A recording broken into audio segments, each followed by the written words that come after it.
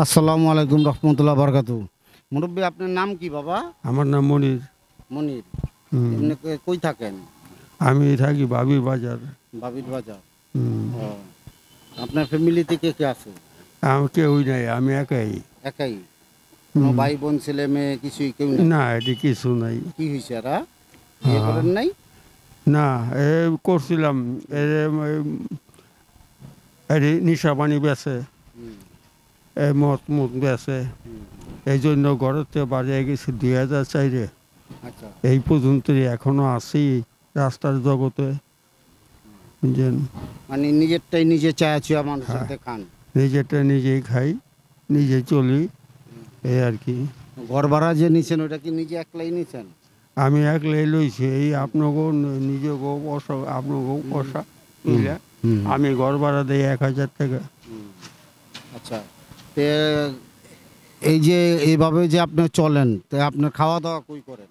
খাওয়া দাওয়া ওই যে এখন খেয়ে এলাম, পরে বাসার থেকে ও, পরিচয় বাসার থেকে খেয়ে এলাম। ও মানে মানুষে খাওয়ায় আর কি? হ্যাঁ, আমার খাওয়ায়, হ্যারেই খাওয়ায়। এরাই সবসময় খাওয়ায়? হ্যাঁ।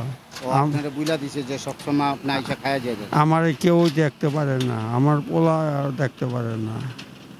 পোলা আছে, পোলা দেখতে পারে না। বয়স কত হইব আপনার মুরব্বী? আমার প্রায় 65 রূপ রইব আর কি। 65 রূপ রইব। জি।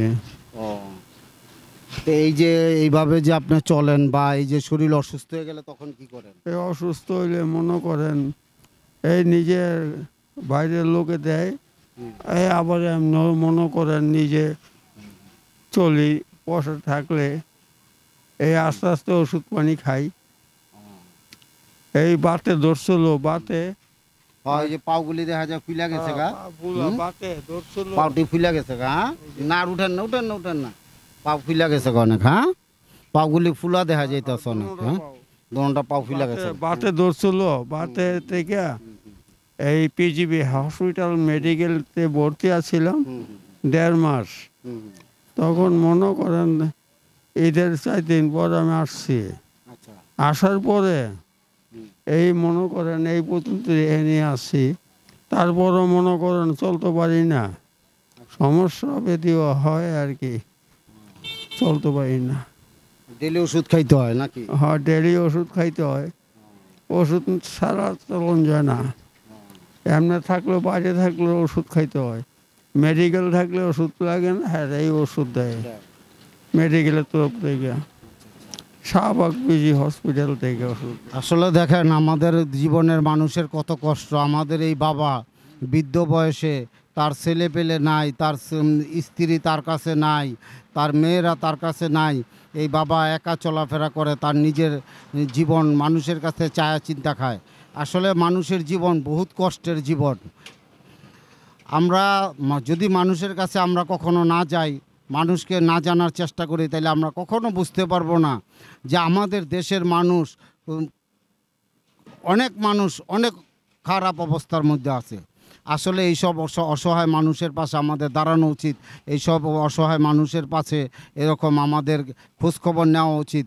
তাদেরকে এরকম আসলে আমরা সবসময় সবার কাছে যেতে পারি না, দেখতে পারি না, কিন্তু তারপরও আমার প্রতিবেশী যারা আছে তাদের খোঁজখবর নেওয়া উচিত। আপনারা ইনশাল্লাহ আমাদের সাথে থাকেন।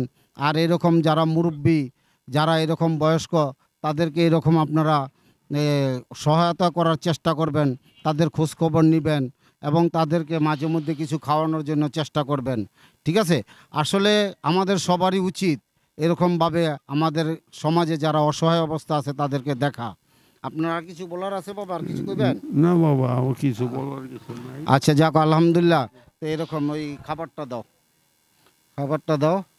আচ্ছা বাবা, এই যে খাবারটা আপনি খায়া নিয়েন, ঠিক আছে? এই খাবারটা চেষ্টা করবেন একটু আগে খেয়ে লাইতে, কারণ আমরা তো আরও 1 ঘন্টা আগে নিছি, ঠিক আছে? তে চেষ্টা করবেন আপনার যখন খিদা লাগে খায়া নিয়েন, ঠিক আছে? আর আমরা আপনাকে এরকমভাবে এই যে প্রশ্ন করতাম, প্রশ্ন করলে তো আপনি পারবেন না। আমরা আপনাকে এই যে 300 টাকা দিলাম, এই 300 টাকা দিয়ে আপনি ওষুধ পানি কিনা খাইবেন, ঠিক আছে ইনশাল্লাহ? হ্যাঁ নাকি? আচ্ছা ঠিক আছে, ধন্যবাদ। দেখেন তো টাকা ঠিক আছে কিনা, আপনি ওই টাকাটাও দেখেন ঠিক আছে কিনা হ্যাঁ, টাকাটা। টাকা ঠিক আছে। হ্যাঁ, ঠিক আছে। হুম। হ্যাঁ, হ্যাঁ। তো ইনশাল্লাহ আপনি খুশি ঠিক আছে, আছেন? হ্যাঁ, আপনি খুশি ঠিক আছে। আছেন তো? হ্যাঁ এই যে খুশি আছেন ইনশাল্লাহ? হ্যাঁ 300 হ্যাঁ? টাকা হ্যাঁ, আছে। ঠিক আছে, খুশি আছেন ইনশাল্লাহ? হ্যাঁ হ্যাঁ তা আলহামদুলিল্লাহ ওই খানাটা খাইবেন, আর এই টাকাটা দিয়ে আপনি কি খাইবেন? টাকাটা দিয়ে আপনি ওষুধ পানি খাইতে হইব আমার। হ্যাঁ, ওষুধ ওষুধ খাইবেন। পানি খাইতে হয়। আচ্ছা ঠিক আছে, তো ওষুধ পানি খাইবেন ইনশাল্লাহ, ঠিক আছে। আচ্ছা। তা আমাদের জন্য দোয়া করবেন, এই মুরব্বীর জন্য দোয়া করবেন। আর এরকম আসলে আমাদের সমাজে বহুত অসহায় মানুষ আছে, বৃদ্ধ। দেখেন এই যে বৃদ্ধ বাবা, সে একা থাকে, তার কেউ নাই, কে তার খোঁজ খবর নিব? অসুস্থ হয়ে থাকলেও তার দেখার কেউ নাই। তো এই জন্য আমরা আমাদের সমাজে যারা অসহায় আছে তাদের পাশে দাঁড়ানোর জন্য চেষ্টা করি।